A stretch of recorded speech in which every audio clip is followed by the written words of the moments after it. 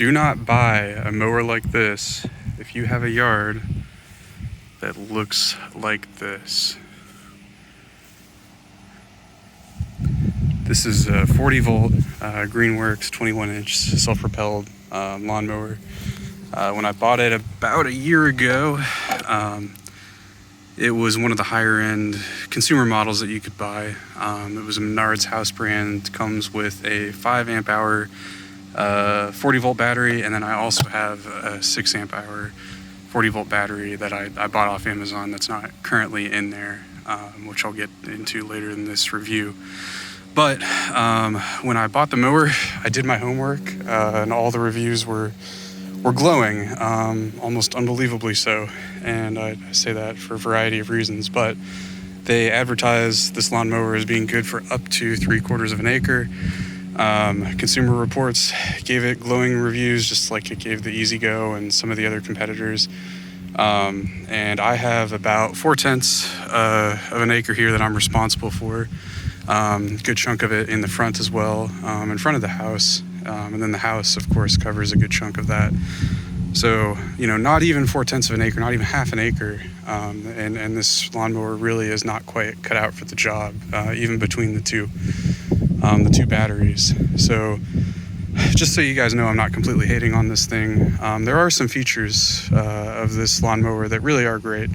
Probably my favorite, and I've never seen this on a gas mower, but it's got on the right rear wheel here a single adjustment for height. So I pretty regularly cut my front yard a little bit shorter, and then when I go to do the back, it's real easy, the lawnmower isn't on a hill at least, to change that. Good range of adjustment. I find that for rockier, hillier areas like this backyard, I do end up using the tallest setting, but the mower has pretty good suspension as well. That's another high spot for it. And it tends to handle this rocky backyard quite well, better than what I've seen from most gas mowers. Very well equipped. It has the bagger. I've never used it, but nice to have that option, especially if you garden or something like that. And I regularly use or do not use this side discharge, which is hard to do one-handed, but pretty easy to take that off.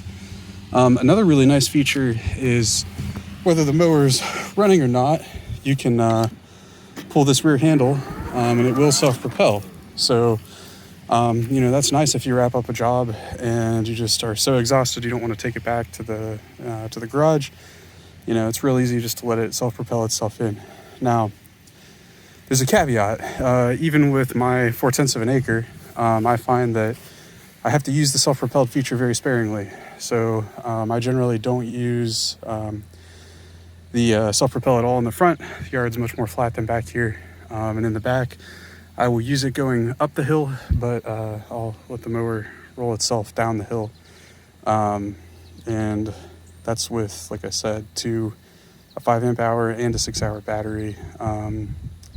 Still just isn't enough to do this full yard. What I usually do if I have to mow both front and back, I will drain the 5 amp hour battery first, take it into the garage to charge. It won't charge immediately because there's a significant amount of cool down time before the battery will charge again.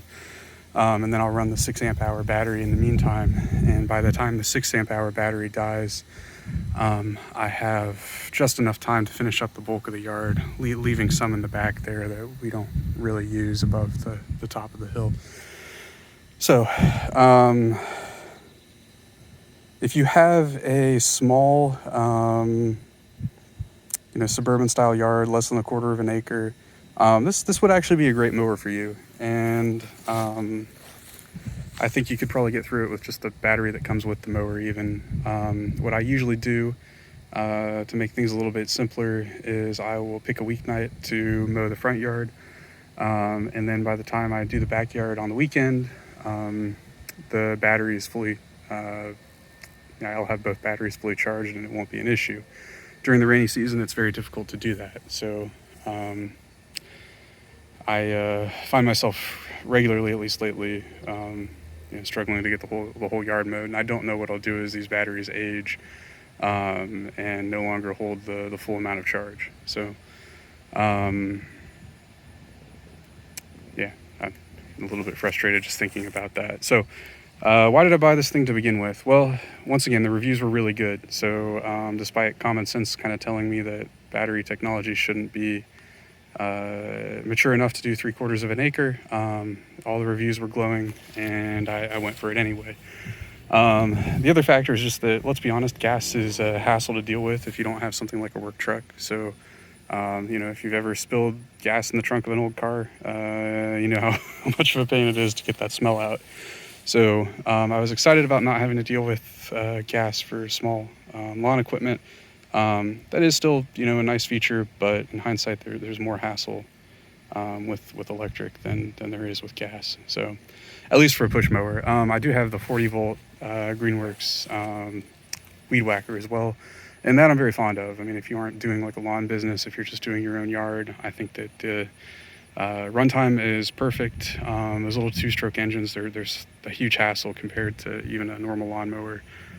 So I'm very much in favor of that technology. I think the lawnmowers just still have a way to go.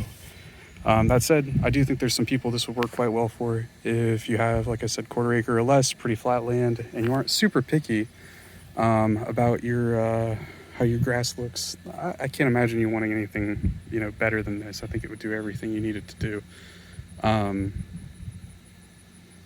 I will advise anyone that buys a mower like this, it's probably true of all mowers, I just don't have the experience to say, but sharpen the blades first thing when you get it. It'll cut a lot more efficiently. You'll get more out of your charge time.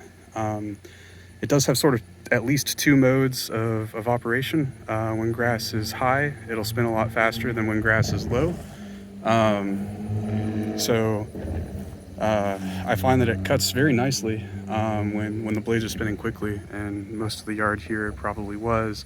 The cuts are a little sloppier when the blades are running slow, but it will extend the battery quite a bit. So, I think that's a compromise that the manufacturers made.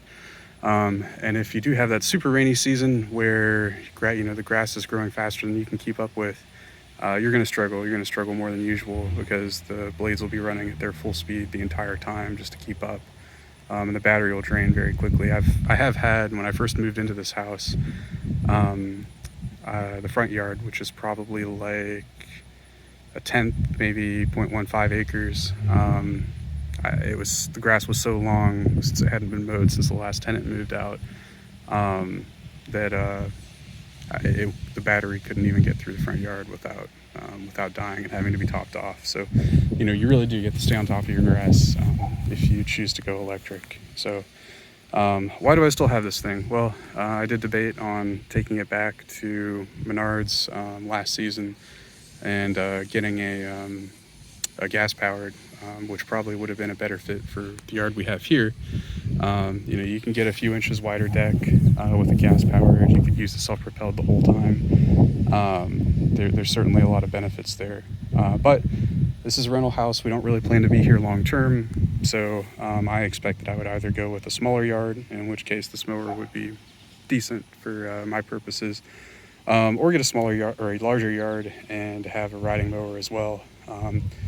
In which case this loses a lot of its benefits because I still have to deal with gas, but overall it's fine. So that was my rationale for keeping it. It hasn't been horrible between the 2 batteries. I've got a pretty good process down here, and it doesn't really get in the way too much. But I got a good deal on the mower. I think it was a $500 sticker. I believe I paid $300 for it after holiday discounts. And then the second battery was either $100 or $120. So, I've got a little over $400 into this thing, which isn't horrible, but you really could get a very nice gas-powered mower for that. These things don't use a whole lot of gas, so I imagine the gas would not be a significant expense over the life of the mower. I also don't really know how much life to expect out of this thing. I think it has a 5-year warranty, which is quite generous if that's the case. But assuming that the lawnmower companies have figured out roughly what the life is and setting that warranty, it's not uncommon at all to get 10 years out of a gas mower. So, that's probably something to factor in as well.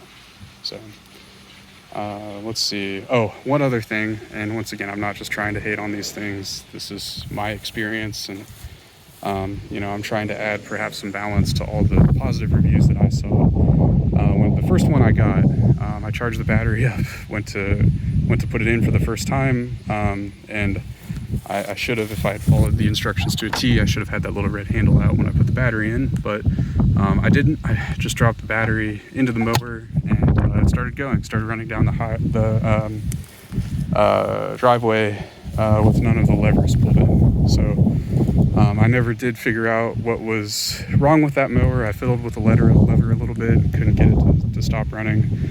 So I just took it back to Menards and exchanged it for another one. In hindsight, that would have been the perfect time to exchange it for a gas mower. But lesson learned. I hadn't actually used it at that point, so I really didn't know what to expect. The other thing I'll say is, at the time I bought this, just a year ago, 40 volts was pretty much the best you could do in the consumer market. There are 80 volt lawnmowers on the consumer market now. So, what I've said here, it may or may not translate to those larger models. If they have similar amp hour ratings at 80 volts instead of 40, you can figure that'll probably be double the range. So that would make things that I'm complaining about largely not a problem, as long as you're willing to still cough up for a second battery. And I do think it's good to have two batteries, because you can kind of top one off while the other one's still running. So granted that the benefit is limited given the cool off time, but still. So there's that information. Do with it what you will. I would say that, in general, unless your yard is very small, these are probably still not the mowers for you. So there's an honest take on the electric technology after the bulk of 2 seasons of use. That said, if you've got a small yard, if you're not very particular about your yard, this is probably a great mower for you. I mean, it's super convenient. It's easy to use. It's self-propelled as long as you don't have to cover a large area. And then one other fringe benefit is it's incredibly quiet. I've had my neighbors mention to me how quiet this thing is. And once in a blue moon, I'll get up early on a Saturday or a Sunday, do some mowing before it gets hot out, and I don't have to feel guilty about waking the neighbors up. So there are some benefits. I just think the technology is not fully mature yet, and in truth, probably as long as we're using lithium, I think it'll still have a ways to go. But there you have it. As I said, do with that information what you will. I think that at the end of the day, whether or not these are good mowers for you probably depends more than anything else on the size of your yard. But don't believe the ratings on the boxes, because from what I've seen, those are full of false promises.